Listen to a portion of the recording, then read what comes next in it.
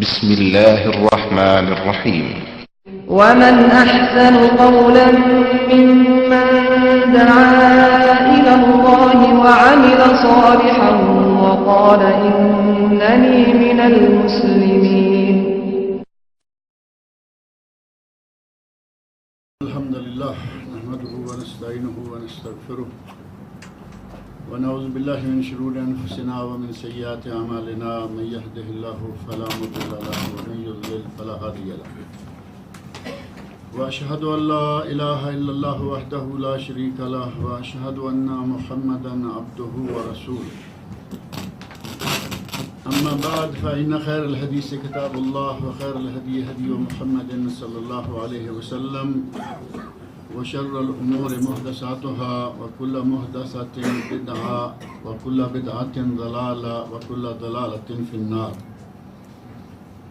رب اشرح لي صدري ويسر لي أمري واحلل عقدة من لساني يفقهوا قولي. رب أعوذ بك من همزات الشياطين وأعوذ بك رب أن يحضرون.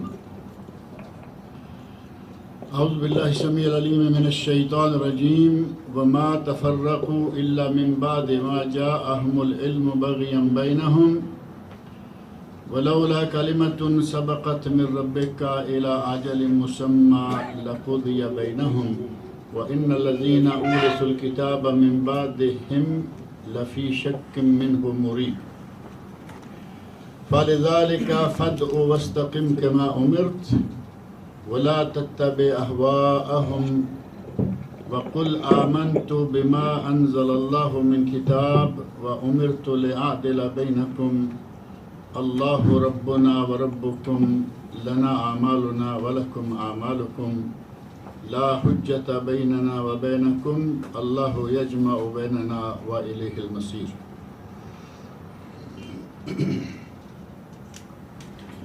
یہ سورۃ الشورى ہے جس کا پچھلے کئی دروس سے سلسلہ ترجمہ اور تفسیر کا تشریح کا چل رہا ہے،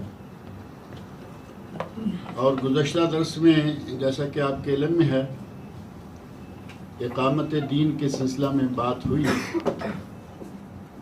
اللہ رب العزت نے قرآن کریم میں ارشاد فرمایا ہے ان الدین عند اللہ الاسلام. اللہ کے پاس، اللہ کے یہاں اگر کوئی دین ہے تو وہ صرف دین اسلام ہے. اگر کوئی اس دین اسلام کے علاوہ کسی نظام، کسی دستور، کسی قانون پر عمل کرنا چاہے گا فَلَن يُقْبَلَ مِنْهُ، اس سے وہ قبول نہیں کیا جائے گا. وَهُوَ فِي الْآخِرَةِ مِنَ الْخَاسِرِينَ. اور وہ شخص جو اسلام کو چھوڑ کر کسی بھی دین کو اختیار کرے گا وہ آخرت میں نقصان اٹھانے والوں میں سے ہو جائے گا. اس دین اسلام اور شریعت اسلامیہ کو دنیا میں قائم کرنے کا حکم دیا گیا ہے، یا دوسرے لفظوں میں یہ کہیں کہ دین اسلام کو نافذ کرنے کا حکم دیا گیا ہے. اور جیسا کہ پچھلے درس میں یہ بات آئی کہ دین اسلام اور خاص طور پر اس کی بنیاد وہ سارے انبیاء کے زمانے میں ایک ہی رہی ہے، اور وہ تھی ایمان باللہ، رسولوں کی شریعت پر ایمان لانا، اور خاص طور پر اللہ کی توحید پر ایمان رکھنا. یہ امور ایسے ہیں کہ جو تمام انبیاء کے زمانے میں برابر رہے، اور اسی سے اللہ رب العزت نے ہر نبی کو دین اسلام کے ساتھ ساتھ ان کی اپنی شریعت عطا کی جس میں کچھ احکام مختلف تھے. اور بعض لوگوں نے غلط فہمی یا کچھ بھی کہیں، انہوں نے یہ سمجھ لیا کہ صرف وہ امور دین ہیں جو سارے انبیاء کے مشترکہ ہیں، باقی دین کوئی نہیں ہے. یعنی صرف اس چیز کو قائم کرنے کا حکم دیا گیا ہے جو کہ سارے انبیاء کا مشترکہ دین ہے. جبکہ دین اور شریعت کیا ان دونوں میں فرق نظر آتا ہے؟ کوئی وہی دین ہے، وہی شریعت ہے. صرف دین کے کچھ اساسی نقطے ہیں، بنیادی چیزیں ہیں جو سارے انبیاء کے یہاں رہے، اور کچھ ایسی چیزیں ہیں کہ جو ہر نبی کو اس کے وقت میں الگ الگ دیے جاتے رہے. اب جب نافذ کرنے کی بات آئے گی تو پھر صرف یہ نہیں ہوگا کہ ایمان باللہ تعالی، ایمان بالرسل، یا ایمان اور شریعت اور توحید، صرف ان 3 چیزوں کو نافذ کیا جائے گا، بلکہ جس جس چیز کو قرآن نے دین قرار دیا ہے اس ہر چیز کو نافذ کرنا ہوگا۔ اور قرآن کریم کے بہت سارے مقامات پر دین کی تشریح کی گئی ہے کہ دین کن کن چیزوں کا نام ہے۔ ان میں سے ایک مقام تو آخر قرآن کریم کے بالکل جا کر سورۃ البینہ ہے۔ سورۃ البینہ کی آیت نمبر 5 میں اللہ رب العزت نے ارشاد فرمایا وَمَا أُمِرُوا إِلَّا لِيَعْبُدُوا اللَّهَ مُخْلِصِينَ لَهُ الدِّينَ حُنَفَاءَ وَيُقِيمُوا الصَّلَاةَ وَيُؤْتُوا الزَّكَاةَ وَذَلِكَ دِينُ الْقَيِّمَةِ۔ راست رو امت کا دین قیم کیا ہے؟ اللہ رب العزت نے فرمایا یہ ہے دین قیم۔ اور اس دین قیم میں اگر کہیں کہ صرف انبیاء پر ایمان لانا، اللہ کی ذات پر ایمان لانا اور اس کی توحید پر ایمان لانا صرف اسی کا نام ہے تو یہ بہت بڑی غلط فہمی ہے۔ اللہ رب العزت نے کئی چیزوں کا نام لیا۔ اب یہاں آپ صرف اس آیت میں دیکھیں وَمَا أُمِرُوا إِلَّا لِيَعْبُدُوا اللَّهَ، انہیں اس کے سوا کوئی حکم نہیں دیا کہ وہ اللہ کی عبادت کریں، مخلصین لہ الدین، دین کو اس کے لیے خالص کرتے ہوئے، کسی قسم کا شرک یہاں گوارا نہیں ہے۔ دین کو، عبادت کو صرف اللہ کے لیے خالص کرتے ہوئے عبادت کا فریضہ انجام دیا جائے، اور ساتھ فرمایا حنفاء، اور یک طرفہ ہو کر، پورے موحد ہو کر، جیسا کہ ابراہیم خلیل علیہ السلام کو اللہ نے فرمایا نا حنیف، کہ ابراہیم علیہ السلام ما کان من المشرکین، وہ مشرکوں میں سے نہیں تھے بلکہ حنیف اور یک طرفہ، یکسو اور پکے موحد تھے۔ اور ان کی توحید کا واقعہ قرآن کریم میں اللہ رب العزت نے مختلف انداز سے بیان فرمایا ہے کہ وہ توحید ہوش سنبھالتے ہی توحید کو سمجھ گئے اور توحید کو بیان کرنا شروع کر دیا، اور قوم کو مختلف طریقوں سے توحید سکھلائی۔ کبھی کہا یہ چاند میرا رب ہے، کبھی کہا یہ ستارے میرے رب ہیں، کبھی کہا کہ یہ سورج میرا رب ہے، یہ زیادہ بڑا ہے۔ اور جب سورج بھی ڈوب گیا تو فرمایا انی لا احب الافلین، میں ڈوبنے والوں کو پسند نہیں کرتا، میرا رب صرف وہ ہو سکتا ہے جو کبھی ڈوبے نہیں، کبھی ماند نہ پڑے۔ ابراہیم علیہ السلام حنیف تھے، اور ہمیں حکم دیا گیا ہے کہ ہم اللہ کی عبادت کریں مخلصین لہ الدین حنفاء، اس کے لیے دین کو خالص کرتے ہوئے اور خود موحد بنتے ہوئے، یہ بھی دین ہے۔ اور آگے فرمایا وَيُقِيمُ الصَّلَاةَ، اور نماز قائم کریں۔ کہیں گے جی نہیں، شریعتوں میں الگ الگ رہا، یہ ہمارا پرسنل معاملہ ہے۔ آپ یہ کبھی کبھی بعض لوگوں سے سنتے ہوں گے، نماز کی بات کہیں تو کہیں گے یہ اس بات کو چھیڑنے کی کیا ضرورت ہے، یہ ہمارا پرسنل معاملہ ہے۔ اللہ رب العزت نے جس کو دین کہا، دین کا جز قرار دیا، تم پرسنل کیسے بنا سکتے ہو؟ یہ کوئی بولو براز کا مسئلہ نہیں ہے کہ تم کہو یہ میرا پرسنل معاملہ ہے۔ اللہ فرما رہا ہے نماز کو قائم کرنا، وَيُؤْتُوا الزَّكَاةَ، اور زکوٰۃ ادا کریں، نماز قائم کریں، زکوٰۃ ادا کریں، اور ساتھ فرمایا وَذَلِكَ دِينُ الْقَيِّمَةِ، اور یہ ہے راست رو، سیدھی چلنے والی امت کا دین، یہ ہے صحیح معنوں میں دین قیم۔ اس آیت میں اللہ رب العزت نے مخلصانہ اللہ کی عبادت کرنے کو، نماز ادا کرنے کو اور زکوٰۃ ادا کرنے کو دین قرار دیا۔ اور ہمارے مسلمان بھائیوں میں سے کچھ لوگ تجدد پسند کہیں یا جو اپنے آپ کو ماڈرن شمار کرنا چاہتے ہیں کہ ہم عام سے ملا کا دین ماننے والے نہیں ہیں، وہ کہیں گے کہ ہم تو اس دین کو مانتے ہیں جو اصل دین ہے، حالانکہ دین نام کی چیز ان کے پاس رہتی نہیں، سوائے اس کے کہ اپنے دماغ کی کوڑیاں ملا ملا کے ادھر سے ادھر سے کچھ نہ کچھ کہہ کے مفکر بن گئے اور کہا کہ یہ پرسنل معاملہ ہے، اس میں کسی پر زور دینے کی کوئی ضرورت نہیں۔ اب نماز پرسنل معاملہ رہا، قرآن کریم نے نماز کو دین قرار دیا، اللہ رب العزت نے نماز کو دین کا جز قرار دیا اور فرمایا کہ یہ ایسا نہیں ہے کہ تم اس کو پرسنل معاملہ بناؤ، کرو نہ کرو تمہاری مرضی، بلکہ یہ دین ہے اور اس دین کو قائم کرنا، اس دین کو نافذ کرنا حکمران کا کام، اور اس دین کے اجزاء جن میں سے ایک یہ نماز ادا کرنا اور زکوٰۃ ادا کرنا ہے ہر کسی کا فرض ہے۔ اسی طرح اللہ رب العزت نے قرآن کریم میں سورۃ نور آیت نمبر 2 بالکل شروع میں دین کا لفظ ذکر فرمایا، اور یہاں کس چیز کا تذکرہ کیا جہاں دین کا ذکر آیا ہے؟ الزانیۃ والزانی فاجلدوا کل واحد منہما 100 جلدہ، زانی مرد اور زانی عورت، فاجلدوا کل واحد منہما 100 جلدہ، ان میں سے ہر کسی کو، دونوں کو، یعنی زانی مرد اور زانی عورت کو 100 کوڑے سزا ہے۔ اور یہ بھی غیر شادی شدہ زانی کے لیے، اگر لڑکی لڑکا غیر شادی شدہ ہیں تو ان کے لیے 100 کوڑا، اور اگر وہ شادی شدہ ہوں، عورت مرد شادی شدہ ہوں تو پھر ان کی سزا ہے سزا موت، رجم، سنگسار کرنا، سنگسار سٹوننگ ٹل ڈیتھ، موت تک پتھر مارتے رہنا جب تک کہ وہ مر نہ جائے۔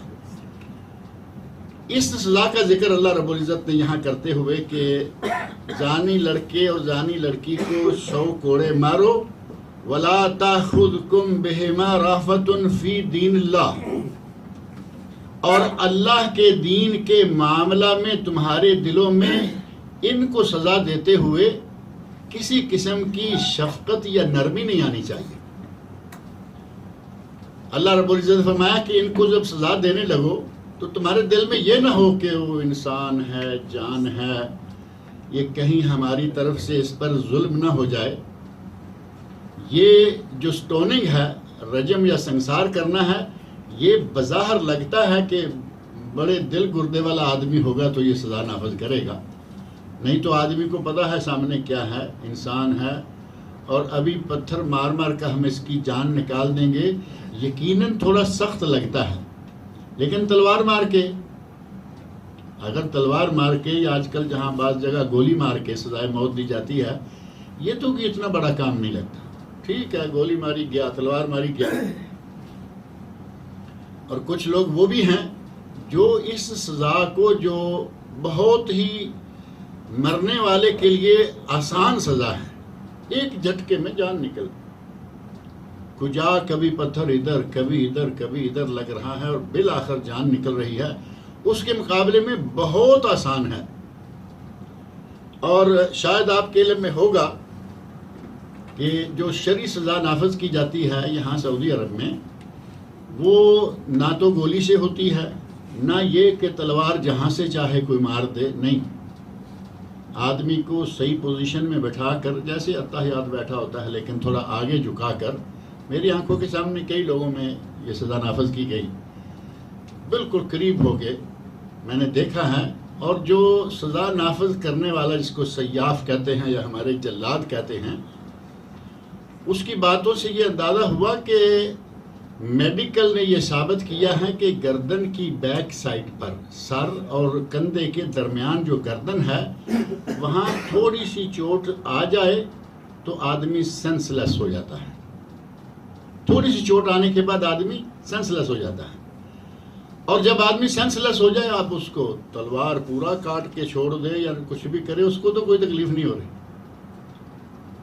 اس نے بتایا کہ ہم اس کو اس انداز سے نافذ کرتے ہیں کہ مرنے والے کو زیادہ تکلیف بھی نہ ہو، لیکن اس کے باوجود ہمارے مسلمان کہلوانے والے بعض بڑے بڑے مناصب، بڑے بڑے عہدوں پر فائز لوگوں نے کہا کہ یہ جو سزائے موت ہے یہ وحشیانہ سزا ہے، نعوذ باللہ۔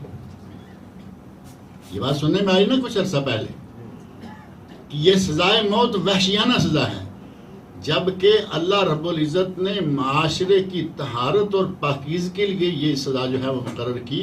اگر ایک آدمی کو یہ سزا عوام کے سامنے دے دی جائے، سزائے موت، آپ سنسار کو چھوڑیں، وہ تو واقعی لگتا ہے کہ کافی سخت ہے، وہ تو ایک مرتبہ ہو جائے تو پورے ملک میں دوبارہ کوئی ایسا آدمی ہمت نہ کرے اس گناہ کا ارتکاب کرنے کی۔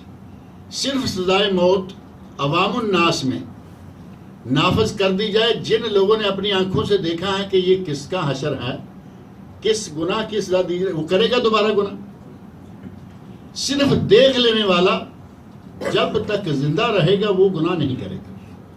اللہ رب العزت نے معاشرے کی پاکیزگی کے لیے، معاشرے کو گناہوں سے پاک کرنے کے لیے فرمایا کہ اس سزا کو نافذ کرو، اور ساتھ فرمایا وَلْيَشْهَدْ عَذَابَهُمَا طَائِفَةٌ مِّنَ الْمُؤْمِنِينَ۔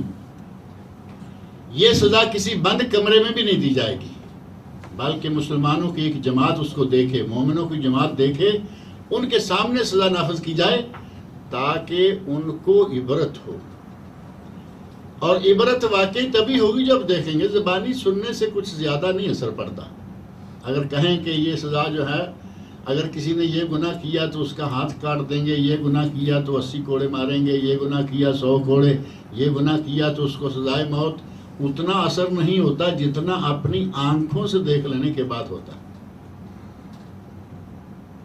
آنکھوں سے دیکھ لینے کا تو یہاں تک اثر ہوتا ہے، بظاہر ایک لطیفہ ہی ہے کہ سزا نافذ کی گئی، اور سزا نافذ کرتے وقت کورٹ کا ایک دو نہیں کئی لوگ، کورٹ کی طرف سے ٹرانسلیٹر بعض اوقات، جیسا کہ غیر عربی ہے جس کو سزا دی جا رہی ہے، اور کورٹ کی طرف سے اپنا ایک اسپیشل نمائندہ جو دیکھے کہ واقعی ہماری دی گئی سزا نافذ کی گئی ہے یا نہیں، کیونکہ سزا تو یہاں کورٹ دے گا۔ نمائندہ موجود ہوتا ہے، کوئی نہ کوئی دوسرے کئی لوگ ایسے، بلکہ ایک ٹیم ہوتی ہے، میڈیکل کی طرف سے، وزارت صحت کی طرف سے ڈاکٹر ہوتا ہے، اور اسی طرح ہمارا گورنر ہاؤس کی طرف سے باقاعدہ گورنمنٹ کا ایک آدمی ہوتا ہے، ہیئت الامر بالمعروف کا آدمی۔ یعنی ایک سسٹم ہے کہ ایسا نہ ہو کہ یہاں سے سزا کہا گیا اور وہاں دی نہیں گئی۔ بہت سارے ادارے باقاعدہ اس کا جا کے معائنہ کرتے ہیں اور ایز اے گواہ ہوتے ہیں۔ ایک واقعہ ایسا گزرا ہے کہ ایک آدمی آیا، وہ سزا کو نافذ ہوتے دیکھ کر معائنہ کر کے ایک شاہد کی حیثیت سے بن کے جانے والا ہے۔ دل گردے کی بات کرنے لگا ہوں کہ ادھر سیاف نے تلوار چلائی، جس کو سزا دینی تھی اس کا سر اس طرف گر گیا اور نمائندہ اس طرف گر گیا۔ نمائندہ اتنا برداشت نہیں کر سکا، اس کے سامنے صرف مجرم کا سر کاٹا گیا، اس کے دل پہ اتنا اثر ہوا کہ وہ بیچارہ بے ہوش ہو کر گر گیا۔ اگر یہ سزا لوگوں کی نظروں کے سامنے دی جائے تو وہ جو دیکھ کے جائیں گے وہ یہ گناہ دوبارہ نہیں کریں گے۔ یہی برکت ہے اس ملک سعودی عرب کے اندر کہ یہاں یہ سزائیں نافذ ہوتی ہیں، اور لوگوں کو معلوم ہے کہ نافذ کی جائیں گی، اس لیے ہر آدمی گناہ کرنے سے پہلے یقیناً سوچتا ہے کہ کہیں گردن نہ اڑا دی جائے، کہیں ہاتھ نہ کاٹ دیا جائے، کہیں کوڑے نہ لگ جائیں لوگوں کے سامنے۔ لیکن شیطان ہے، ظاہر ہے کہ وہ اپنا کام کر رہا ہے، بہکاتا ہے، پھر لوگوں کو پھنسا دیتا ہے۔ لیکن اگر قرآن کریم کے اصول و قاعدے کے مطابق وَلْيَشْهَدْ عَذَابَهُمَا، اس زانی لڑکے اور لڑکی کو جو سزا دی جا رہی ہے اس کو دیکھیں، طائفۃ من المؤمنین، مومنوں کی ایک جماعت، یعنی یہ تو نہیں ہے کہ پورے ملک کے لوگوں کو اکٹھا کر کے دکھائیں گے، علاقے کے لوگ آ کے دیکھ لیتے ہیں، ان کو سمجھ آ جاتی ہے کہ یہ کس گناہ کی سزا نافذ کی گئی۔ اگر یہ سزا نافذ ہو تو یقیناً وہ علاقہ گناہوں سے پاک ہو جائے گا، اس علاقے میں اس طرح کے گناہ نہیں ہوں گے شاذ و نادر۔ وہ آپ کو معلوم ہے نبی اکرم صلی اللہ علیہ وسلم کے عہد مبارک میں بھی کوئی گناہ کہیں کہیں ہوا، کوئی چوری ہو گئی، کوئی زنا ہو گیا، اس طرح کے گناہ جو ہیں کوئی مثالیں ملتی ہیں، لیکن اتنی کم مثالیں ہیں کہ نبی صلی اللہ علیہ وسلم کے عہد مبارک اور خلفاء راشدین کے عہد مبارک 100-200 سال میں جو گناہ ہوئے، 100-200 سال میں جو اس طرح کے جرائم ان کا ارتکاب کیا گیا، وہ انگلیوں پہ گنے جا سکتے ہیں۔ ایک آدمی نے یہ کیا، 2 آدمی نے یہ کیا۔ آج کی طرح اندھیر نگری بنی ہوئی نہیں تھی، اس وقت معلوم تھا کہ سزا دی جائے گی، اور وہی معاملہ آج دیکھیں۔ ہم پاکستان انڈیا سے تعلق رکھنے والے ہیں، ہمارے ملکوں میں ایک دن میں قتل، زنا، ڈاکہ، چوری کتنے گناہ ہوتے ہیں، اور اس کے مقابلہ میں یہاں سعودی عرب میں دیکھ لیں، کوئی چھوٹا سا ملک تو نہیں ہے نا، 2000 قریباً 2000 کلومیٹر مربع اس طرف جائیں، 2000 1500 اس طرف، بہت بڑی حدود کے اندر ملک ہے، لیکن شریعت کے نفاذ کی برکت ہے کہ گناہ ہے تو صحیح، وجود ختم نہیں، وہ میں نے عرض کیا کہ نبی صلی اللہ علیہ وسلم کے زمانے میں بھی ختم نہیں ہوا، لیکن بہت کم ہے۔ اللہ رب العزت نے اس کو دین کا جز قرار دیا کہ یہ سزا کا نافذ کرنا، زانی مرد اور عورت کو 100 کوڑے مارنا دین ہے، اور ساتھ فرمایا وَلَا تَأْخُذْكُمْ بِهِمَا رَأْفَةٌ فِي دِينِ اللَّهِ۔ اللہ کے دین میں، اللہ کے دین کی کسی حد کو توڑنے کے نتیجہ میں جب تم کسی کو سزا دی جاتے دیکھو تو تمہارے دل میں وہ نہ ہو کہ بیچارہ، تمہارے دل میں اس طرح کی نرمی رافت نہیں آنی چاہیے، بلکہ اس کی سزا جو ہے اس کو دی جائے اور تم اس کے باقاعدہ دیکھنے والے ہو، تاکہ آئندہ کسی کو اس طرح کا کام کرنے کی ہمت نہ ہو۔ اب یہ جو سزا ہے اس کو وحشیانہ سزا کہا جا سکتا ہے؟ یہ وہ سزا ہے جو پوری نوع انسانی کے لیے باعث برکت بنتی ہے۔ ایک آدمی کو سرے عام قتل کیا جاتا ہے، وہ دسیوں نہیں، کوڑیوں نہیں، بلکہ سینکڑوں ہزاروں قتلوں کو روکنے کا ذریعہ بن جاتا ہے۔ اسی لیے فرمایا اللہ رب العزت نے کہ تمہارے لیے قصاص میں زندگی ہے۔ قتل کا بدلہ قتل ایک آدمی کیا جائے گا، لوگوں کو پتہ چل جائے گا کہ یہ تو بہت بڑا جرم ہے، لیکن ہمارے یہاں کیونکہ قتل کے بدلے میں قتل نہیں کیا جاتا، پاکستان انڈیا میں دیکھیں آپ کے سامنے ماحول ہے، قتل ہوتے ہیں، پتہ ہی نہیں چلتا، قاتل گھومتے دندناتے پھرتے ہیں، کوئی پوچھتا نہیں۔ اور اگر ان کو یہ معلوم ہو کہ اگر ہم نے یہ سزا، اگر ہم نے یہ جرم کیا اور ہمیں پکڑ کر النفس بالنفس کے تحت قتل کر دیا جائے گا، ان کے ہوش ٹھکانے لگ جائیں اور وہ ایسا کام کبھی بھی نہ کرنے پائیں، لیکن ایسا نہیں ہوتا۔ تو گویا کہ سورہ نور کی اس آیت میں اللہ رب العزت نے زنا کرنے والے مرد اور عورت، لڑکے اور لڑکی، ان دونوں کو سزا دینے کو بھی دین قرار دیا ہے کہ یہ دین ہے، اور دین کے معاملہ میں تمہیں یہ نہیں چاہیے کہ تمہارے دل میں کسی قسم کی کوئی نرمی آئے، تمہیں ترس آئے کہ دیکھو بچارے اور ترس والی کوئی بات نہیں، یہ اللہ رب العزت کی شریعت ہے جسے کہ آپ نافذ کر رہے ہیں اور آپ کا فرض بنتا ہے۔ اور سورۃ التوبہ میں دین ہی کے اجزاء، دین ہی کا تعارف کرواتے ہوئے کہ دین میں کون کون سی چیزیں شامل ہیں، اللہ رب العزت نے ارشاد فرمایا سورۃ التوبہ آیت نمبر 29، قاتلوا الذین لا یؤمنون باللہ ولا بالیوم الآخر، ان لوگوں کے ساتھ جنگ کرو جو اللہ پر اور قیامت کے دن پر ایمان نہیں رکھتے، یعنی کافروں کے ساتھ جنگ کرو۔ وَلَا يُحَرِّمُونَ مَا حَرَّمَ اللَّهُ وَرَسُولُهُ، اور جس جس چیز کو، جس جس کام کو اللہ رب العزت نے حرام قرار دیا ہے، یہ اس کو حرام نہیں سمجھتے۔ اللہ نے جن چیزوں کو حرام قرار دیا ہے، رسول اللہ صلی اللہ علیہ وسلم نے جن چیزوں کو حرام قرار دیا ہے، اگر کوئی آدمی ان چیزوں کو حرام قرار نہ دے تو اس آدمی کے ساتھ بھی جنگ کی جائے گی۔ گویا کہ حرام اور حلال کا جو اللہ اور اس کے رسول کی طرف سے ہمیں حکم ملا ہے، یہ حرام ہے، یہ حلال ہے، یہ صرف اللہ رب العزت کے حکم کے مطابق ہوگا، میرے آپ کے یا کسی مولوی کے کہنے سے حلال و حرام نہیں ہوگا، بلکہ وہ تو پھر غیر اللہ کو رب ماننے والی بات ہو جائے گی نا۔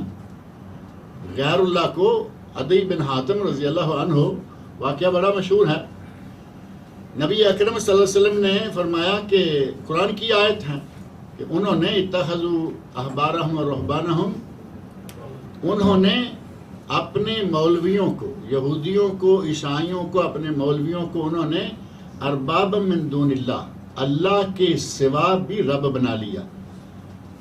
تو حضرت عدی کہتے ہیں، چونکہ وہ پہلے سابقہ نصرانی ہیں، کہتے ہیں کہ یا رسول اللہ ہم تو رب نہیں مانتے تھے، اپنے مولویوں کو، اپنے پادریوں کو، اپنے راہبوں کو ہم تو رب نہیں مانتے تھے۔ تو نبی صلی اللہ علیہ وسلم نے ارشاد فرمایا کہ جن چیزوں کو وہ حلال کہتے تھے تم حلال مانتے تھے؟ یعنی کہا ہاں یہ تو تھا. جن کو وہ حرام کہتے تھے ان کو حرام مانتے تھے یا نہیں؟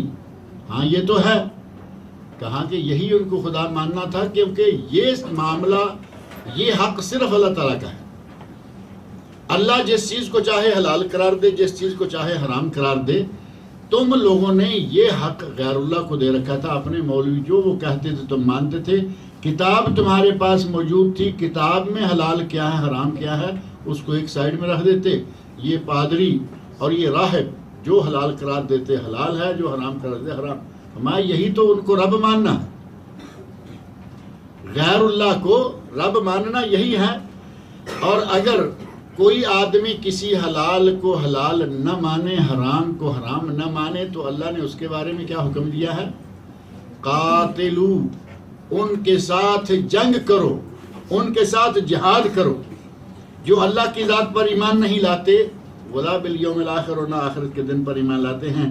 ولا یحرمون ما حرم اللہ ورسولہ، اور نہ اس چیز کو حرام قرار دیتے ہیں جسے اللہ رسول نے حرام قرار دیا ہے.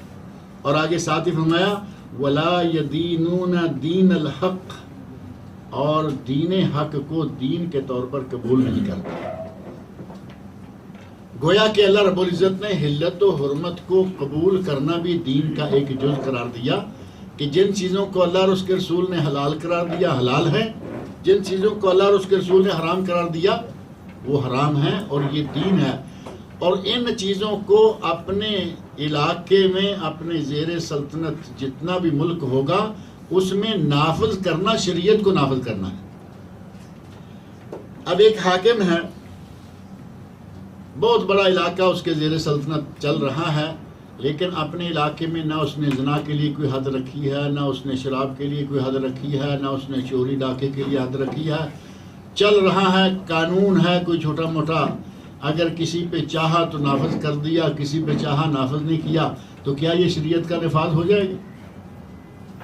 اب اس کو کہیں گے کہ یہ اس کی اپنی غلطی ہے، یہ اس کا پرائیویٹ معاملہ ہے، وہ جانے، اور جس کے یہاں برائی ہوئی ہے وہ جانے نہیں.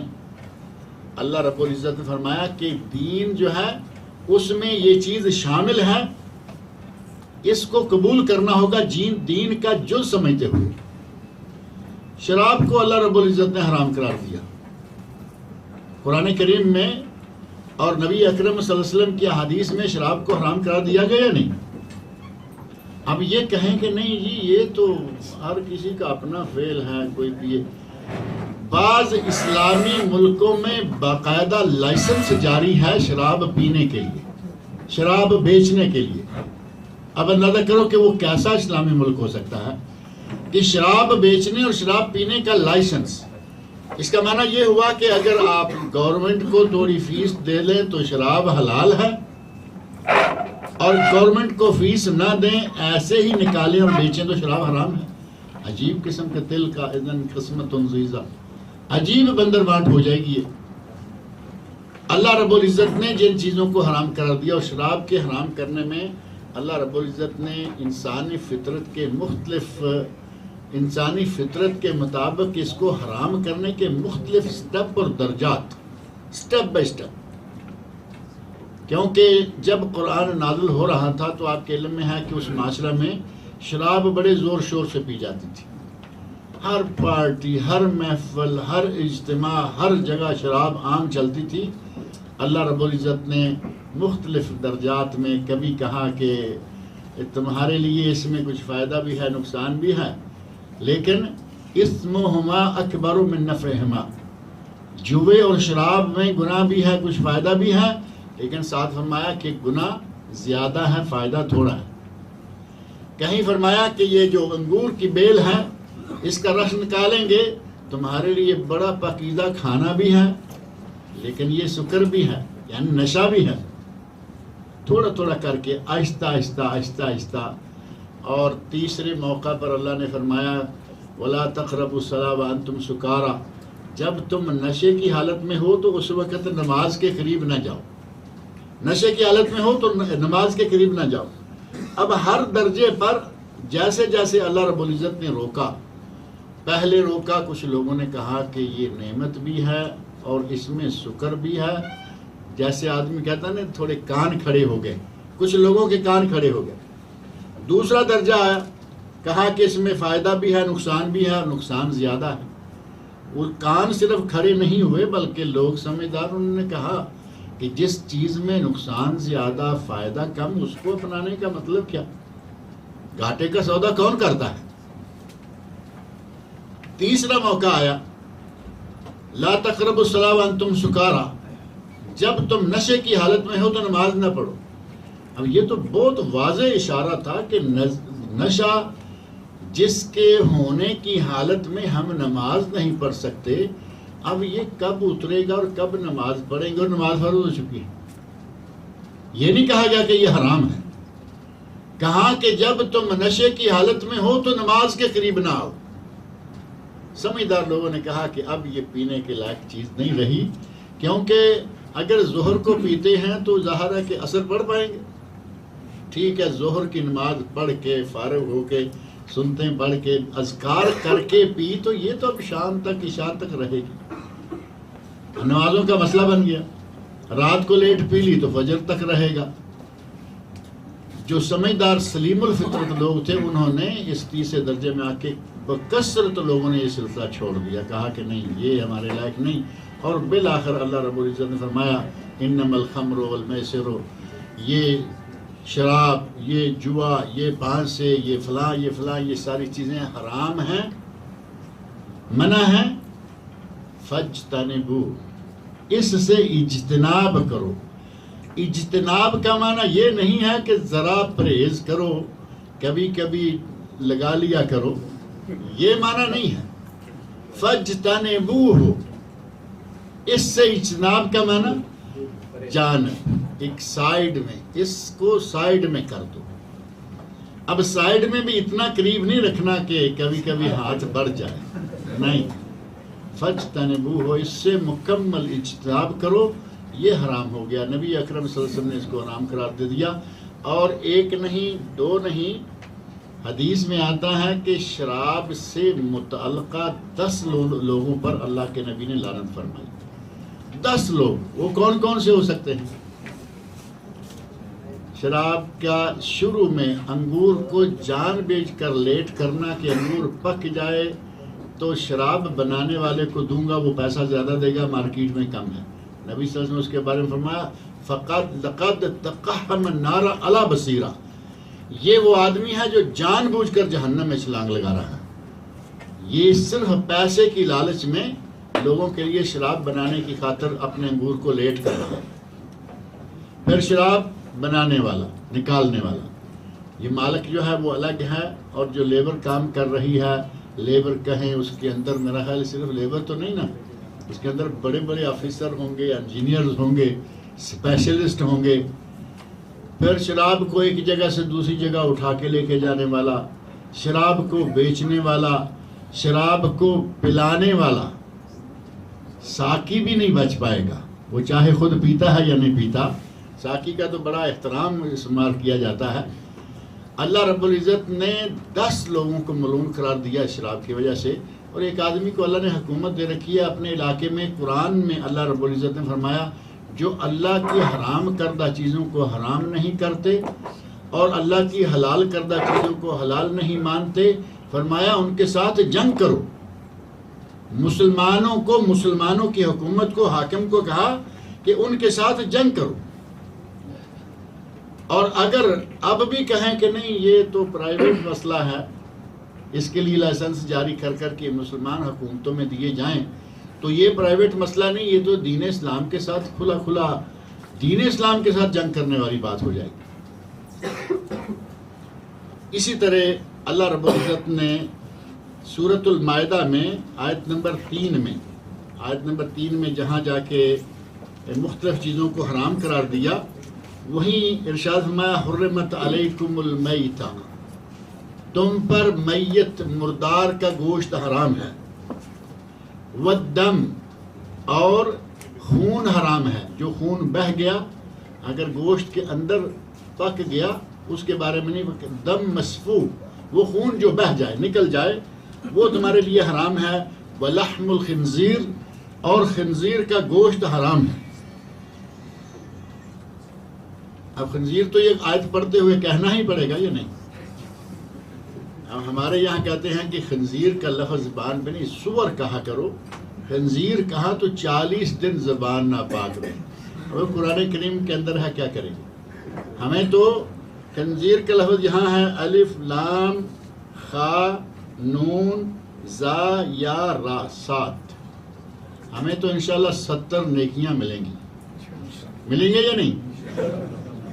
جن کی زبان ناپاک ہوتی رہے، قرآن کا ایک حرف پڑھنے سے اللہ 10 نیکی دیتا ہے، جیسا کہ سنن ترمذی کی حدیث موجود ہے، من قرأ حرفا من کتاب اللہ، اگر ایک حرف پڑھیں تو 10 نیکیاں، اور اس الخنزیر میں 7 لفظ 7 حرف ہیں، 70 نیکیاں ملتی ہیں کیا زبان کی۔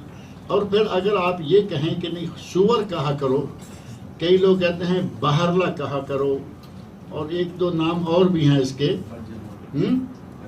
یعنی باہر کے الفاظ، ادھر سے ادھر سے، کان کو ادھر سے نہیں پکڑنا، یہاں سے لا کے پکڑنا ہے۔ اب اگر سور کہیں گے تو وہ کس جانور کا نام ہے؟ وہی ہے نا، سور بھی وہی ہے، خنزیر بھی وہی ہے، ایک قرآن کریم کا استعمال کیا ہوا لفظ ہے، اس کے لیے 40 دن زبان۔ اس کا معنی یہ کہ سور کہنے سے تو 120 دن زبان ناپاک رہنی چاہیے، وہ تو چونکہ لفظ ہی نہیں قرآن کا، عربی کا بھی نہیں۔ اللہ رب العزت نے فرمایا کہ خنزیر کا گوشت بھی وما احل لغیر اللہ بہ، اور یہ کون سی چیز ہے جو غیر اللہ کے نام کر دی گئی، جس پر غیر اللہ کا نام پکارا گیا، یہ ہے جس کے، بلکہ یہ کہیں کہ یہ آیات ہیں جن کا ترجمہ نہ بتانے کی خاطر پورے قرآن کا ترجمہ ہمارے لوگ نہیں پڑھاتے۔ بچے کو قرآن کریم پڑھا دیا، پورا 30 سپارے بچہ پڑھ لیتا ہے، فر پورا قرآن پڑھ لیتا ہے، اسے اس ٹکڑے کا معنی نہیں بتایا۔ اور اس طرح کی کچھ اور جگہ ہیں جن کے معنی کو نہ بتانے کے لیے انہوں نے پورے قرآن کے ترجمے کو روکا ہوا ہے کہ نہیں، یہ ہر آدمی کا کام نہیں، کیونکہ اگر یہ ترجمہ بچوں نے سیکھ لیا وما احل لغیر اللہ بہ، اور ایک جگہ ہے وما احل بہ لغیر اللہ، معنی ایک ہی ہے، بات بھی ایک ہی ہے کہ جس چیز پر غیر اللہ کا نام لیا گیا وہ بھی حرام ہے۔ آپ اندازہ کریں کہ خنزیر، مردار، بہا ہوا خون، اور یہ جس پر غیر اللہ کا نام لیا جائے، ایک لائن میں ہے سارے یا نہیں، مسلسل آ رہے ہیں کہ یہ بھی اتنا ہی حرام ہے جتنا خنزیر اور دوسری چیزیں ہیں۔ اور غیر اللہ کا نام کیا ہے؟ اگر کہیں کہ یہ جانور جو ہے میں اپنی 11ویں والے سرکار کے نام کرتا ہوں، پہلے نمبر پر کہیں گے کہ ذبح کرتے وقت تو بسم اللہ اکبر پڑھتے ہیں، ذبح کرتے وقت چاہے جتنی مرتبہ بسم اللہ، تو ہم نے اس کو اس کے نام کر رکھا۔ غیر اللہ کے نام کرنا، ان کے درباروں مزاروں پہ جا کے چڑھانا، یہ انتہائی گناہ ہے، اور یہاں قرآن کریم نے اس کو صریحاً حرام قرار دیا۔ اب اس کا آیت کے کلمات کا ترجمہ اور اس کے معنی کو توڑ موڑ کے اس کے کانوں کو موڑیں گے تو فرق نہیں پڑے گا، یہ معنی وہی رہے گا۔ غیر اللہ کے نام کی چیز بھی حرام ہے۔ والمنخنقہ، اور جس کا گلا گھٹ جائے، گلے میں رسی آئی، کوئی ایسا چکر ہوا، جانور مر گیا۔ والموقوذہ، اور وہ جانور جو کہیں جس کو چوٹ لگ جائے۔ والمتردیہ، اور وہ جانور جو کہیں اونچی جگہ سے گر جائے، پہاڑی سے گرا نیچے آ کے ظاہر ہے کہ مر گیا، وہ چوٹ سے مرا، وہ گر کے مرا، وہ گلا گھونٹ کر مرا۔ والنطیحہ، اور وہ جانور جو کسی کے سینگ سے مر جائے، آپس میں 2 جانور ہیں، لڑ پڑے، ظاہر ہے وہ کھیلتے بھی ایسے لگتا ہے جیسے لڑ رہے ہیں، کیونکہ وہ اتنے بڑے بڑے سینگ ہیں، وہ ایسے کریں گے، کب کس کے پیٹ میں چلا گیا، وہ مر گیا تو وہ بھی۔ وما اکل السبع الا ما ذکیتم، جسے درندہ پھاڑ جائے وہ بھی حرام ہے، سوائے اس کے کہ اس کے زندہ ہوتے اسے ذبح کر لو۔ الا ما ذکیتم، یعنی اس کو زندہ ہوتے ہی اگر تم نے ذبح کر لیا چھری سے، جان نکلنے سے پہلے پہنچ گئے تو وہ حلال ہو گیا۔ وما ذبح علی النصب، اور وہ چیز بھی حرام ہے جسے آستانوں پہ ذبح کیا گیا۔ اب یہ آستانے کہاں ہیں؟ یہ قبریں، یہ آستانے تو مشہور ہیں نا. آستانوں پر اور مزاروں پر لے جا کے جانور کو ذبح کرنا وہ بھی اسے حرام قرار کر دیتا ہے. وَأَن تَسْتَقْسِمُوا بِالْأَزْلَامِ ذَلِكُمْ فِسْقٌ الْيَوْمَ يَئِسَ الَّذِينَ كَفَرُوا مِن دِينِكُمْ فَلَا تَخْشَوْهُمْ وَاخْشَوْنِ الْيَوْمَ أَكْمَلْتُ لَكُمْ دِينَكُمْ. اللہ رب العزت نے کتنی چیزوں کو حرام قرار دیتے تھے، فرمایا کہ آج ہم نے تمہارا دین مکمل کر دیا. تو یہ ساری چیزیں، ان کو حرام ماننا دین کا حصہ ہوگا یا نہیں ہوگا؟ اگر کہیں کہ نہیں جی یہ تو کھانے پینے کی چیزیں ہیں، جو چاہے کھائے جو چاہے نہ کھائے. اسلامی حکومت کی ذمہ داریوں میں سے یہ چیز آتی ہے کہ ان چیزوں کو، جن کو اللہ اور اللہ کے رسول حرام قرار دیں، ان کو حرام نہ صرف قرار دیا جائے بلکہ یہ قرار نافذ کیا جائے. اپنے ملک کے اندر شراب داخل نہ ہونے دی جائے. اپنے ملک کے اندر کوئی حرام چیز جو ہے اس کو باہر سے آنے نہ دیا جائے. اب رہا مسئلہ کہ یہ جانور مر گیا، وہ مر گیا، اس کو تو حکومت روک نہیں سکتی، لیکن اس کے گوشت کو کھانا روک سکتی ہے یا نہیں؟ منع کر سکتی ہے کہ جو مر گیا وہ گیا. اور بعض کیا چند ایک ممالک کو، اگر چند ایک بھی میرے خیال ہے چند کا لفظ بھی چھوڑ ہی دیں، باقی سارے ممالک کا یہ حال ہے کہ خنزیر کا گوشت سر عام بکتا ہے. خنزیر کا گوشت میں نے بعض خلیجی ممالک میں جا کے دیکھا ہے، مارکیٹ میں باقاعدہ جیسے شو کیس میں لگے ہوتے ہیں، بکری کا گوشت ہے، گائے کا گوشت ہے، بھینس کا گوشت ہے، آگے جس کے نام سے لوگوں کی زبان خراب ہو جاتی ہے اس کا گوشت بھی لگا ہوا ہے، باقاعدہ اوپر لکھا ہوا بورڈ لگا ہوا ہے. لیکن اتنا کیا ہے کہ وہاں وہ دیوار سے لے کے یہاں تک جو باقی گوشت ہیں، یہاں ایک ریک مستقل اس کے لیے الگ، یا شو پیس اس کا جو ہے نا وہ الگ سے بنایا ہوا ہے. لیکن کھلے عام بڑی مارکیٹ، چھوٹی سی بھی نہیں، بہت بڑی مارکیٹ ہے، اس کے اندر باقاعدہ بکتا. اب اسلامی حکومتوں کی ذمہ داریاں ہیں کہ جن چیزوں کو حرام، اور یقیناً وہ اس ملک کے اندر ہوتا ہی نہیں کہ کوئی کہے کہ یہ پکڑ کے ذبح کر کے لگا دیا گیا، باہر سے آیا ہے لیکن آنے دیا گیا. اسلامی حکومت کی ذمہ داری ہے کہ وہ ان چیزوں کو روکے، منع کرے. اللہ رب العزت نے فرمایا کہ آج ہم نے تمہارے لیے تمہارا دین مکمل کر دیا ہے. الیوم اکملت لکم دینکم واتممت علیکم نعمتی، اپنی نعمت کا اتمام کر دیا ہے. ورضیت لکم الاسلام دینا، اور تمہارے لیے دین اسلام کو پسند کر لیا ہے. تو ان ساری چیزوں کو حرام ماننا بھی دین ہے، بلکہ یہ تکمیل دین کی علامت کے طور پر اللہ نے آخر میں فرمایا کہ ہم نے آج تمہارا دین مکمل کر دیا. یعنی یہ چیزیں اگر رہتی تھیں، ان کا تذکرہ بھی آ گیا. اور پھر آگے اللہ رب العزت نے تھوڑے سے چند لفظوں میں فَمَنِ اضْطُرَّ فِي مَخْمَصَةٍ غَيْرَ مُتَجَانِفٍ لِلْإِثْمِ، مجبوری اور لاچاری کی حالت میں اگر کوئی ان حرام چیزوں میں سے کھا لے، فَإِنَّ اللَّهَ غَفُورٌ رَحِيمٌ، تو اللہ غفور رحیم ہے. اللہ رب العزت نے یہ نہیں کہا کہ اسے گناہ نہیں ہوگا یا اس کے لیے حلال ہے، بلکہ فَإِنَّ اللَّهَ غَفُورٌ رَحِيمٌ. اگر مجبوری کی حالت میں کھا لیتا ہے تو اللہ غفور رحیم ہے، وہ معاف کر دے گا. اور ایک دوسرے مقام پر اللہ رب العزت نے ارشاد فرمایا ہے، اسی طرح حرام چیزوں کا نام لے لے کے فرمایا کہ اگر فَمَنِ اضْطُرَّ غَيْرَ بَاغٍ وَلَا عَادٍ فَلَا إِثْمَ عَلَيْهِ، اگر کوئی عادی نہ ہو جائے، بغاوت کرنے والا بھی نہ ہو اور حدود سے تجاوز کرنے والا نہ ہو، اگر مجبوری کے عالم میں آ کر ان چیزوں میں سے کوئی چیز کھا لیتا ہے، فلا اثم علیہ، یہ نہیں کہا کہ اس کے لیے حلال ہوگی. ظاہر تو لگتا تھا نا کہ بھئی یہ حرام ہے، اگر مجبور آدمی کھا لے تو اس کے لیے حلال ہے. یہ اللہ نے نہیں فرمایا. یہ حلال کسی بھی حالت میں نہیں، لیکن اس مجبوری کی حالت میں اسے گناہ نہیں، بس نہ فرمایا کہ اس کو گناہ نہیں ہوگا.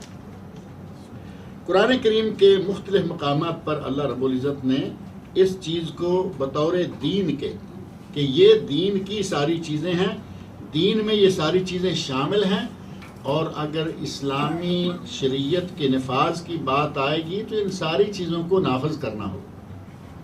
اور پھر صرف یہی نہیں ہے، بلکہ قرآن کریم میں کتنے ایسے گناہ، کتنی ایسی چیزیں ہیں جن پر جہنم کی دھمکی دی گئی ہے کہ اگر یہ کرو گے تو جہنم میں جاؤ گے، یہ کرو گے تو جہنم میں جاؤ گے. کیا ان چیزوں کو دین سے الگ کر دیں گے ہم؟ جس گناہ کے بارے میں قرآن کریم میں یا نبی اکرم صلی اللہ علیہ وسلم کی حدیث میں جہنم میں جانے کی دھمکی دی گئی ہے، ان گناہوں کے لیے اپنے دل میں نرم گوشہ رکھنا بھی جائز نہیں، بلکہ وہ عین دین ہے اور ان کو دین مانتے ہوئے اپنے ملک میں نافذ کرنا ہوگا. سود ہے، سود حلال ہے یا حرام ہے؟ اب ہاں کہیں کہ اس کا دین سے کیا تعلق، یہ بزنس ہے اور یہ وہ ہے اور یہ ہے.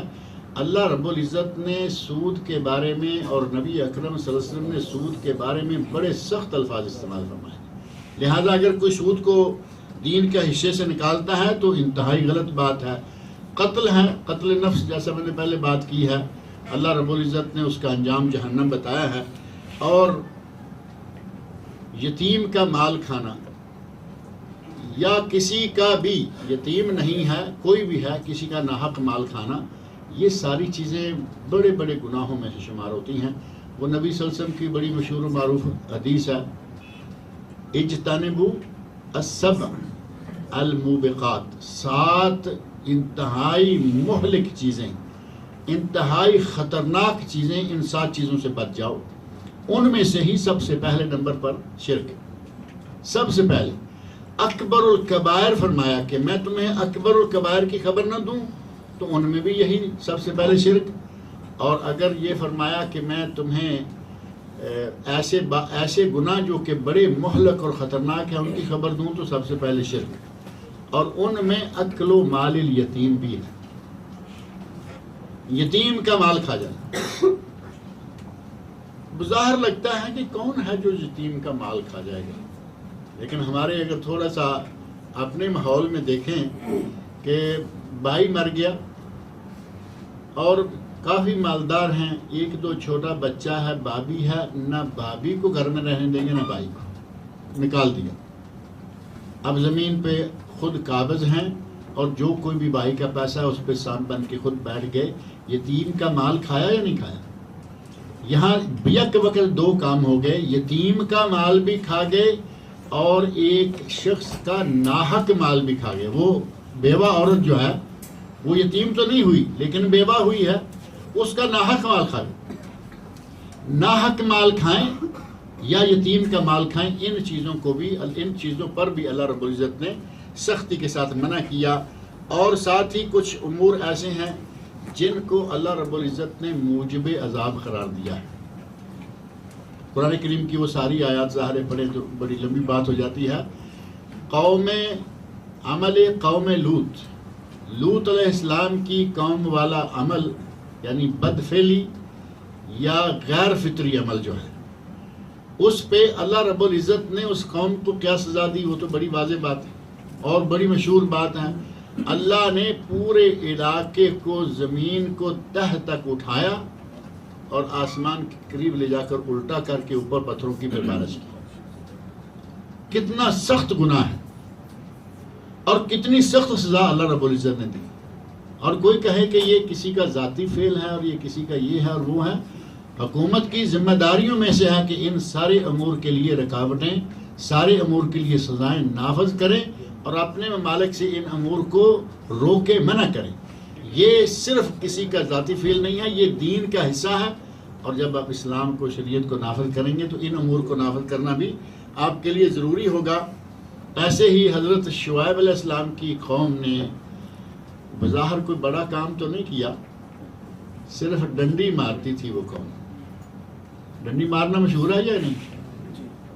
آج کل ڈنڈی مارتے ہیں لوگ یا نہیں؟ بہت ڈنڈی ماری جاتی ہے مارکیٹ میں، چھوٹے سے کام سے لے کے بڑے، بیر بیچنے والے سے لے کر بڑے تک بھی ڈنڈی مارنے سے باز نہیں آتے. ناپ تول میں کمی بیشی، ناپنے میں کمی، تولنے میں کمی. ناپ تول کی کمی کے بعد واقعات میرے ذہن میں ہے، وہ ذکر کریں تو پھر بات لمبی ہو جاتی ہے. ہر شخص نہیں تو بے شمار دنیا ایسی ہے کہ وہ ناپنے میں اور تولنے میں، جب لینا ہے تو پیمانہ اور جب دینا ہے تو پیمانہ. اگر دے رہے ہیں تو 5 کلو گھر میں جا کے تولیں 4.5 نکلیں گے، اگر یہ لے رہے ہیں تو 5 کلو 5.5 6 نکلیں گے۔ شعیب علیہ السلام کی قوم میں یہ عیب، یہ بیماری آئی تھی۔ اللہ رب العزت نے ناپ تول کی کمی بیشی کے نتیجہ میں انہیں تباہ کر دیا، پوری قوم کو تباہ کر دیا۔ اور قرآن کریم میں ویل للمطففین، ایک سورت کا نام ہی سورہ مطففین ہے۔ ویل للمطففین، تباہی، ہلاکت، بربادی، جہنم ہے ان لوگوں کے لیے جو ناپ تول میں کمی بیشی کرتے ہیں۔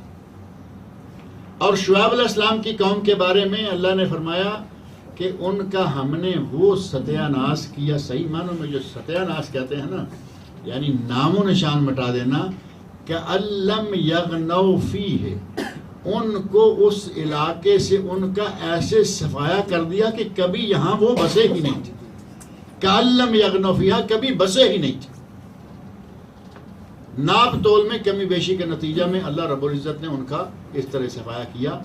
یہ سارے امور دین کا حصہ ہیں جن پہ اللہ نے اتنی سزائیں، قوموں کو اتنا سختی کے ساتھ پکڑا، اور ہمیں بظاہر لگتا ہے کہ چیز بیچ رہے ہیں تھوڑا کم دیں گے تو کیا زیادہ، ان کو تو تھوڑی سی کم جائے گی، ہمارا شام تک کام ہو جائے گا۔ ان کو ہر کسٹمر کو اگر آپ صرف چند گرام کم دیں، شام تک اگر 1000 2000 گرام تولنے، کلو گرام تولنے پڑے تو آپ دیکھیں کتنا آ گیا۔ کہیں گے کہ ان کو تو کم تھوڑا ہی جائے گا، ہر آدمی کو جتنا تھوڑا تھوڑا کم گیا، ہمارا شام تک کام ہو جائے گا۔ یعنی اس کے تو شام تک 150 200 بن گئے، اگر کوئی چھوٹے موٹے کاروبار والا ہے، اور بڑے والا ہے تو ہزاروں بن سکتے ہیں۔ لیکن اس کے نتیجہ میں آخرت میں کیا ہونے والا ہے، دنیا میں اللہ نے ان کے ساتھ کر کے بتا دیا کہ ناپ تول میں کمی بیشی کے نتیجہ میں پوری قوم کو دنیا سے اٹھا دیا، صفایا کر دیا۔ کَأَلَّمْ يَغْنَوْا فِيهَا، کا معنی یہ ہے کہ گویا وہ کبھی یہاں رہے ہی نہیں، کبھی یہاں بسے ہی نہیں، یہاں ان کا نام و نشان نہیں رہا۔ اللہ رب العزت نے اس طرح کے جتنے بھی گناہ ہیں ان سب کے بارے میں، اور جوا ہے جو ہمارے ملکوں میں آج کل باقاعدہ زور شور سے کھیلا جا رہا ہے، کلبیں جوا کھیلنے کے لیے باقاعدہ کلب بنے ہوئے ہیں، اور ان کلبوں کے باقاعدہ لائسنس ہیں، اور پھر عام آدمی تو میرا خیال ہے ان میں جا بھی نہیں سکتا۔ وہ تو جاتے بھی وہی ہیں جن کی جیبیں بھری ہوئی ہوتی ہیں، ساتھ میں چیک کی ایک بک بھی جیب میں ہونی چاہیے، بیلنس بھی بہت بڑا ہونا چاہیے، لیکن باقاعدہ لائسنس یافتہ یہ سارے گناہوں کے اڈے ہیں۔ جوئے کا اڈا گناہ کا اڈا ہوگا یا نہیں؟ اللہ رب العزت نے جوئے کو اور شراب کو دونوں کو انما الخمر والمیسر، یہ میسر کا لفظ جو ہے یہ جوئے کے لیے ہے۔ انما الخمر والمیسر اکٹھے جوڑ کے یہ 5 چیزوں کے بارے میں فرمایا کہ یہ حرام ہے، ان سے بچ جاؤ۔ اور ہم کہیں کہ نہیں جی یہ تو ہم جاتے ہیں، پیسہ ہمارا ہے، جیب ہماری ہے، کسی کا اس میں کیا جاتا ہے، بلکہ وہ آج کل مشہور جملہ ہے کسی کے باپ کا کیا جاتا ہے۔ کسی کے باپ کا کیا جائے گا، تمہارا ہی جائے گا، جہنم تمہارا انتظار کر رہی، کیوں اس راستے میں جا رہے؟ تو اللہ رب العزت نے جو قرآن کریم میں فرمایا ہے کہ دین جو ہے اس دین کو نافذ کرنا ہماری ذمہ داری ہے، دین کو قائم کرنا ہمارے ذمہ، اور یہ دین وہی ہے جو کہ ہم نے حضرت نوح علیہ السلام، موسیٰ عیسیٰ علیہ السلام اور ابراہیم خلیل علیہ السلام کو دیا، وہی دین حضرت محمد رسول اللہ صلی اللہ علیہ وسلم کو بھی دیا، اور اسی دین کے بارے میں اللہ نے فرمایا کہ اس کو قائم کرنا ہے، اس دین کو ہم نے قائم کرنا ہے۔ اور ابھی جو میں نے آیت پڑھی تھی وَمَا تَفَرَّقُوا إِلَّا مِن بَعْدِ مَا جَاءَهُمُ الْعِلْمُ بَغْيًا بَيْنَهُمْ، اس کا ترجمہ تفسیر انشاءاللہ اگلے درس میں کریں گے، کیونکہ وقت کچھ اسی حوالے سے زیادہ ہو گیا ہے۔ اللہ نے توفیق دی تو انشاءاللہ اس کو قدر تفصیل سے ذکر کریں گے۔ اللہ تعالیٰ مجھے اور آپ سب لوگوں کو قرآن کریم پڑھنے، سننے، سمجھنے اور اس کے احکام پر عمل کرنے کی توفیق۔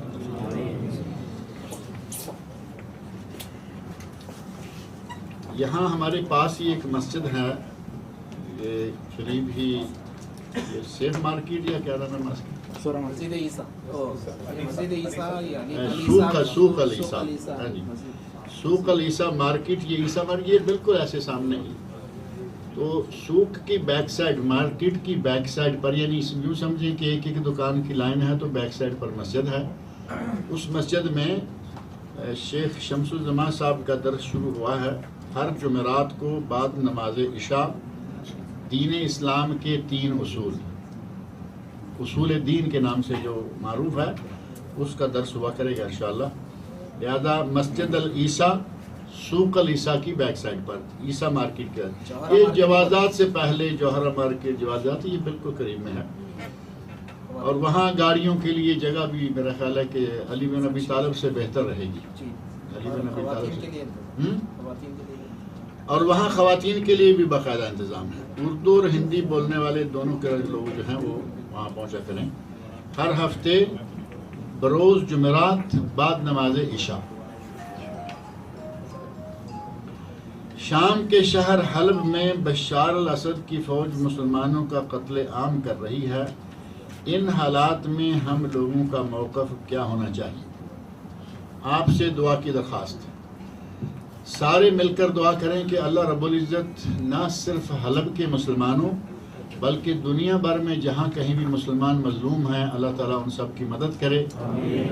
حلب ہے اور عراق کا علاقہ ہے، اسی طرح برما ہے، یہ فلسطین ہے، یمن ہے، بہت سارے ممالک جہاں مسلمان اہل سنت مظلوم اور مقہور ہیں.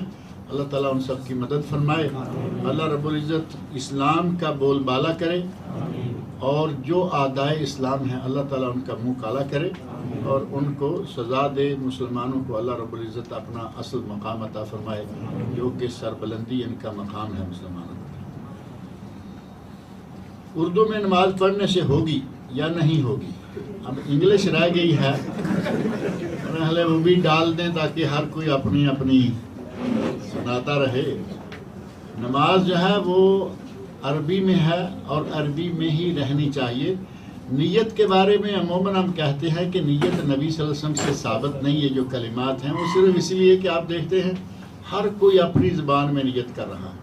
کبھی آپ کھڑے ہیں تو ساتھ والا کہہ رہا ہے 4 رکعت نماز سنت یا 4 رکعت نماز فرض، ساتھ میں اس طرف پشتو والا ہے وہ اپنی زبان میں کہہ رہا ہے. اگر کوئی ملباری ہے وہ اپنا سرحالی، ہر کوئی اپنے اپنی کہہ رہے کیونکہ نبی صلی اللہ علیہ وسلم سے یہ ثابت ہی نہیں ہے. دل سے نیت ہے وہ کریں اور دل میں کوئی زبان نہیں ہے، دل میں کوئی زبان نہیں ہے جو اصل چیز ہے.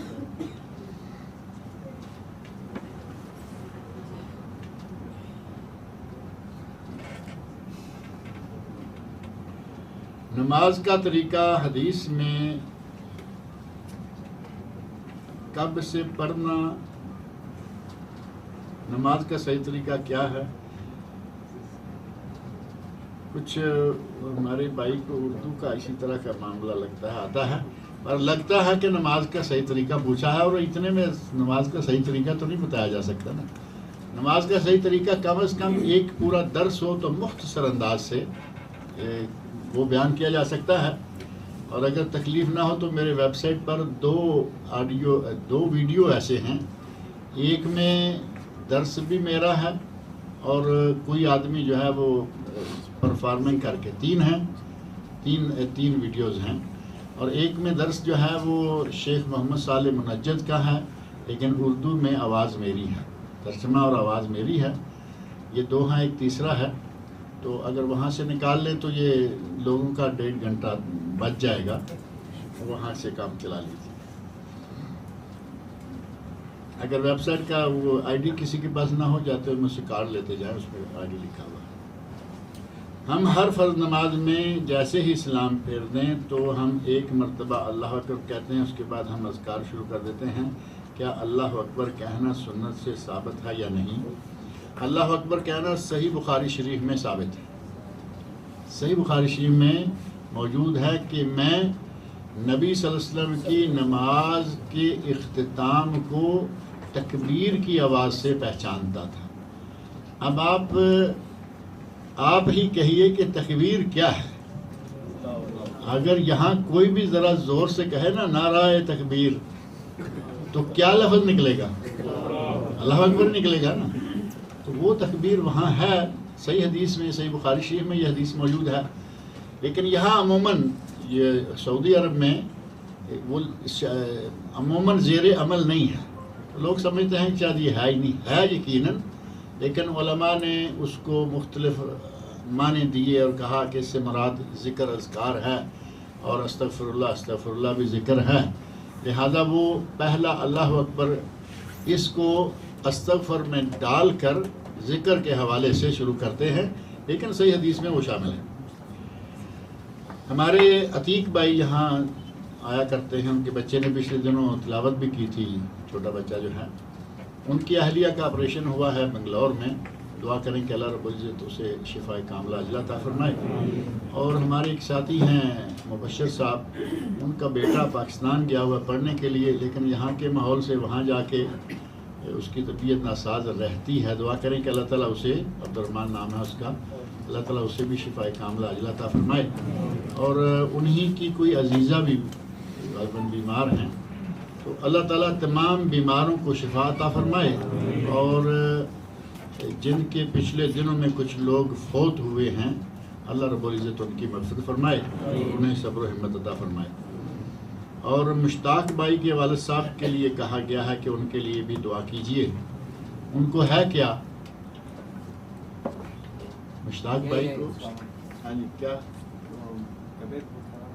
اللہ تعالیٰ ان کے والد صاحب کو شفاء کاملہ عاجلہ عطا فرمائے. میں نے پوچھا اس لیے آپ کے علم میں بات آئی گئی ہوگی نا کہ کیوں پوچھا.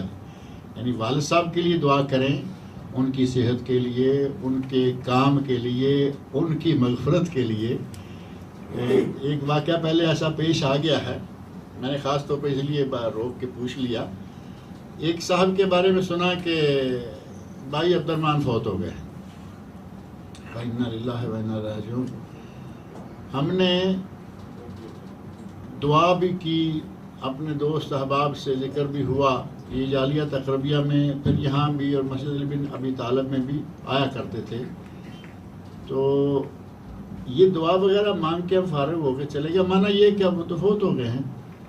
اگلے ہفتے میں وہاں پہنچا تو میں اسلامک سینٹر کے سامنے گاڑی کھڑی کرنے لگا تو میرے سامنے وہ سائیکل پلر سے باندھ رہے. بڑا عجیب لگا کہ یہ کیا ہوا. تو ہم تو پچھلی مرتبہ اس کو فارغ کر کے بیٹھے، یہ پھر سائیکل لے کے آگے واپس. بعد میں پتہ چلا کہ وہ عبد الرحمن دوسرے ہیں اور ہیں بھی عبد الرحمن. کہا گیا کہ یہ واٹر پلانٹ میں کام کرتے ہیں، وہ بھی واٹر پلانٹ میں کام کرتے. کہا کہ وہ نو مسلم ہے اور وہ بھی نو مسلم. اتفاق دیکھیں کتنے بار بار اتفاق مل رہے تھے کہ وہ بھی نو مسلم، وہ بھی عبد الرحمن، وہ بھی واٹر پلانٹ. لیکن ان میں سے ایک مرا، جو ہمارے ساتھی آنے جانے والے تھے وہ نہیں مرے. اللہ تعالیٰ جو فوت ہوئے ان کی مغفرت فرمائے، جو بیمار ہیں اللہ تعالیٰ ان کو شفاء کاملہ جاتا فرمائیے. 6 مہینے سے میں تھوڑا پریشان ہوں، دعا کریں گے مشکلات کا آسان. کام کاج کی پریشانی ہے، کام کاج کی، اور جو ہے بیچ والے آدمی کی پریشانی ہے جو کہ تنازل جانے کے لیے جو ہے میں پریشان وہی کام کاج میں وہ اشارہ ہی آ جاتا ہے نا. دعا کریں اللہ تعالیٰ اس بھائی کی تمام پریشانیوں کو دور فرمائے. وہ مادی، کام کاج کی، ذہنی کوئی بھی ہیں، نفسیاتی ہیں. اللہ تعالیٰ ہمارے جتنے بھی بھائی ہیں، یہاں ہیں، کہاں ہیں، سب کی نفسیاتی، ذہنی، مالی، روحانی تمام پریشانیوں کو اللہ تعالیٰ دور فرمائے. عالم اسلام ویسے ہی بڑا پریشان ہے کافروں کے ہاتھوں، اور کچھ بقلم خود مسلمانوں کے ہاتھوں. کچھ بقلم خود مسلمان بھی ہیں نا. یمن میں کون ہیں یہ بشار الاسد کون ہیں؟ کتنے خوبصورت نام ہیں، لگتا ہے کہ اصلی مسلمان ہیں. لیکن مسلمانوں کے سب سے زیادہ بدترین دشمن، پوری تاریخ میں کسی کافر نے مسلمانوں کو اتنی تکلیف نہیں دی جتنے بقلم خود مسلمان دیتے آ رہے ہیں. آج نہیں، آپ نے شاید وہ ایک مضمون آ رہا تھا پچھلے دنوں واٹس ایپ پہ کہ ان لوگوں نے کیا کیا، کب کیا کیا.